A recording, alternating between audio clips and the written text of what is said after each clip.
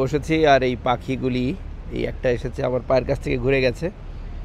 So খুব সম্ভবত এই যে আরেকজন আসছে, মানে মানুষজন এখানে বসলে হয়তো কিছু কিছু হয়তো দেয়, রাইট? সো তারা এসছে, আমি জানতাম না আমার এত বন্ধু বান্ধব আত্মীয় স্বজনের দিকে আছে, পাখালি বনের সাধারণ।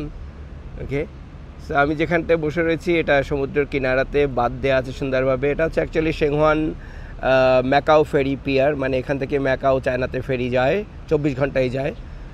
আমরা একটা ফেরি দেখতে পাচ্ছি হংকংয়ে পৌঁছেছে, আর আমি বসে আছি বেঞ্চিতে। বেঞ্চিটা ভেজা, বর্ষা স্নাত আপনারা দেখতে পাচ্ছেন।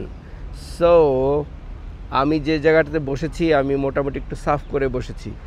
এটা একটা ভালো জগিং স্পট, মানুষ জগ করতে পারে, মানে দৌড়াতে পারে, এক্সারসাইজ করতে পারে। আপনারা দেখছেন এই যে হংকংয়ে মানুষ জাস্ট কি ফিট, মোটা হওয়া চাই না।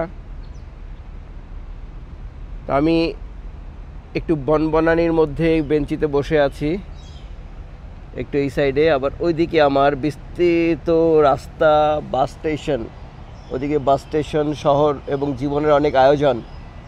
বাট আমি বসে আছি দরজার ওপাশে। খুব সুন্দর হংকংয়ের বাতাবরণ, এবং আমি বেশিক্ষণ বসতে পারবো না, বসলে মশা নয়, এক ধরনের একটি ছোট কীড়া বা পতঙ্গ আছে যেটা কামড় দিলে মশার চাইতেও ডেঞ্জারাস। এবং হ্যাঁ, বলতে না বলতেই একটি মশা এসে আমাকে বললো, হাই, হাউ আর ইউ। আমি বললাম okay bye, I am fine.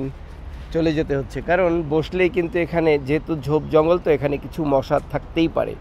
এবং কিছু আমি জানি না তার নাম কি, ছোট্ট কিছু একটা আছে, ওটা কামড়ালে অনেক অনেক হয়। আসলে আমরা যখন হাঁটি বা দৌড়াই তখন আমাদের শরীর গরম হয়, তখন মশা এবং রক্তচোষক প্রাণীর জন্য কিন্তু আমরা একটা লক্ষ্যবস্তুতে পরিণত হই। তো যাই হোক, সেটা আর হওয়া গেল না, বসা গেল না। হ্যাঁ, আমি দেখছি এবং আপনাদের দেখাচ্ছি, খুবই সুন্দর হংকংয়ের। আমি কোথায়, আমার আঙুল যাচ্ছে। ওকে, সো এই তো মানুষ এক্সারসাইজ করছে, সুন্দর বিল্ডিং, সাংহাংকাই বিল্ডিং।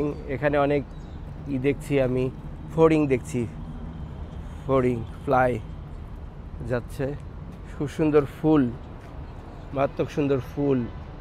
আমি যদি দেখাই আপনাদেরকে, কত সুন্দর ফুল ফুটে আছে। কি ফুল আমি জানি না, বাট বিউটিফুল, ভেরি বিউটিফুল ফুল, আই মিন ফ্লাওয়ার। তো